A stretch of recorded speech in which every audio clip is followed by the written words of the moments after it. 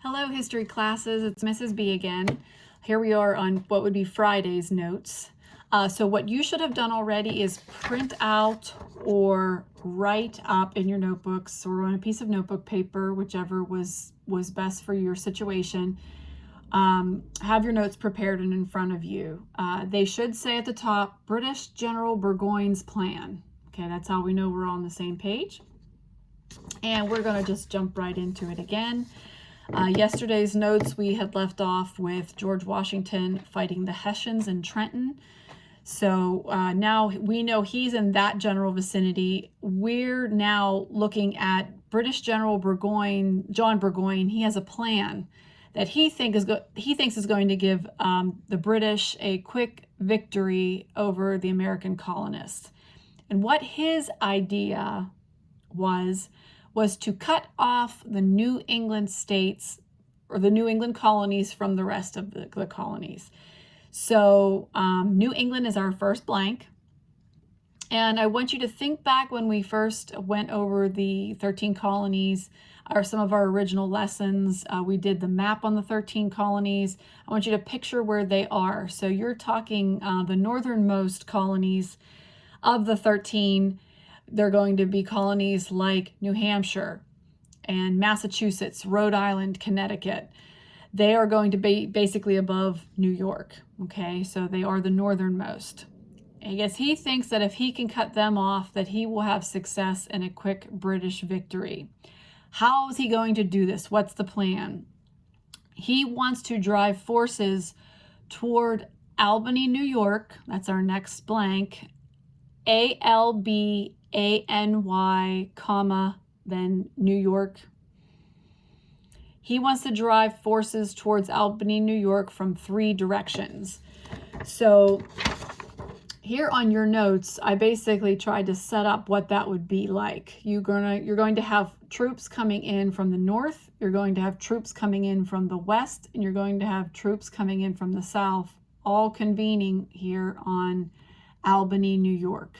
Okay, so from the north, General Burgoyne himself was going to lead troops, 8,000 British troops to be exact, marching from Canada, which is our first blank up here. They were going to march from Canada, and they were going to capture forts along the way as they did that. And again, this would be General John Burgoyne and his 8,000 troops marching from Canada. The next part of his plan, from the west here, from the west, he wanted a small British force to drive through the Mohawk Valley. Okay, they would be coming in from the west. A little less troops in that group. And then from the south, he wanted a large army to move up from New York City, because remember, General Howe just fought General George Washington on the Battle of Long Island. That would be in New York. So he wanted General Howe to bring his troops coming up from the south. They would move north, and they would convene there also in Albany, New York. So that's Burgoyne's plan. However, his plan was pretty much in trouble from the get-go. Trouble is our next blank. The reason being, Burgoyne had some things working against him. First of all, King George III ordered General Howe to attack Philadelphia. So Philadelphia is our next blank. That's what King George III thought was going to be the most important next strategic step. So that's where General Howe was obeying the king. That would mean that Howe would not be able to reach New York until November. Okay, next blank is November. Well, that would not be very timely for Burgoyne's plan. Secondly, in the meantime, the American troops were actually able to cut off the British coming through the Mohawk Valley. So the troops coming here weren't even going to be able to get there till November. The troops coming from the west, they were cut off by American troops successfully. So they weren't going to be any help to Burgoyne and his men either. So you basically have General Burgoyne and his 8,000 men coming down from Canada, and they were going to be the lone soldiers in this endeavor. So moving on to the bullet point. Burgoyne is successfully able to recapture Fort Ticonderoga. I'm going to spell that for you guys. We know how to spell fort. Ticonderoga is Ticonderoga. That fort should be familiar to us. Ethan Allen and his Green Mountain Boys earlier in the war, they surprise attacked Fort Ticonderoga. Weren't very many British soldiers there. They were able to capture that fort. This was the one that had a lot of ammunition, supplies, especially the cannons that General Washington ended up being ordered to come down and use at Bunker Hill. So Burgoyne was able to recapture that fort back for the British along the way. After he does that, he continues pushing south.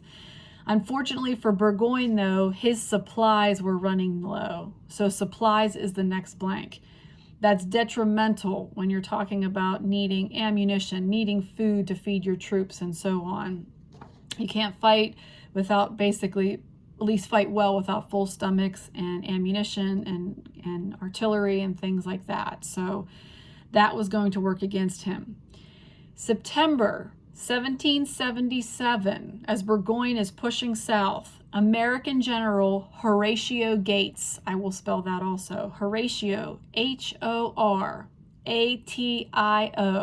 and then Gates is the typical spelling, Gates. So American General Horatio Gates in September 1777 is readying himself and his 6,000 men to fight when Burgoyne actually reaches this destination. So where they end up being is in New York, but they're actually in Saratoga, New York. So Saratoga, spelled Saratoga, comma, New York. That's our next blank. Horatio Gates and his men are waiting there. They surround General Burgoyne and his men in Saratoga, New York. The British suffer heavy casualties in this encounter. Casualties is our next blank. So by October 17th, 1777, Burgoyne needs to surrender to Gates. So surrenders is the next blank. This is a big deal for the American colonists and the Continental Army. This battle that I just quickly explained to you between General Burgoyne and General Gates, this battle was known as the Battle of Saratoga. That's where it took place, is in Saratoga, New York. This Battle of Saratoga ends up being the turning point of the war. That's our next blank, turning point. And there were basically three reasons why the battle is a turning point for the American Revolution. The first one, it ended the threat to New England. So New England's the first blank. That was Burgoyne's whole point to begin with, is he wanted to cut off New England from the rest of the colonies. That's no longer a threat. Second thing, the idea of an easy British victory is now destroyed. So victory is the next blank. It's going to be a little harder for the British to actually win this American Revolution. And thirdly, and I have a star by this one because this is a big deal, why it was such a turning point. This particular battle convinced Europeans that Americans had a shot at winning this war. So Europeans is our blank, Europeans.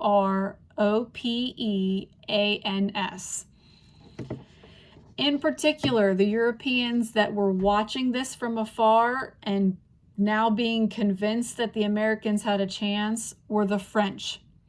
So moving on to our next heading, French alliance.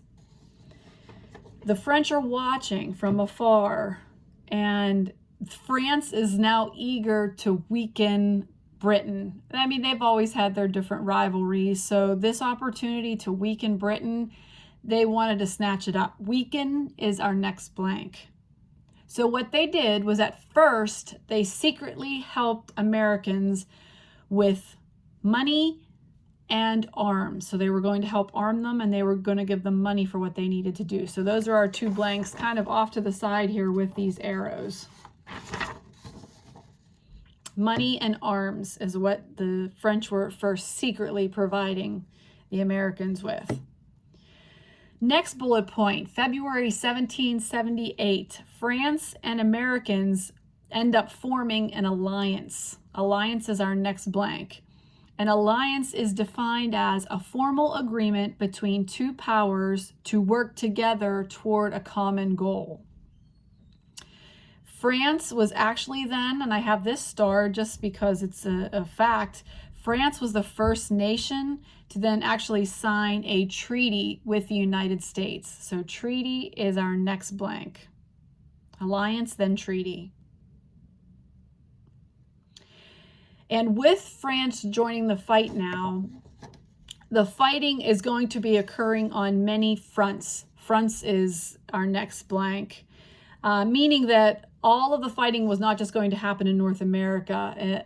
France was going to have men fighting British soldiers on other fronts. For example, in Europe, there was some fighting going on. In the Caribbean, there was some fighting going on. This was beneficial and helped the Americans because it made for fewer British soldiers that could come and actually fight in North America. So they're basically forcing British soldiers to be in the Caribbean, to still be fighting in Europe, and they couldn't fight, therefore, in North America. That's going to help the Americans big time. So North America is our last blank there. So that will finish up our notes for Friday.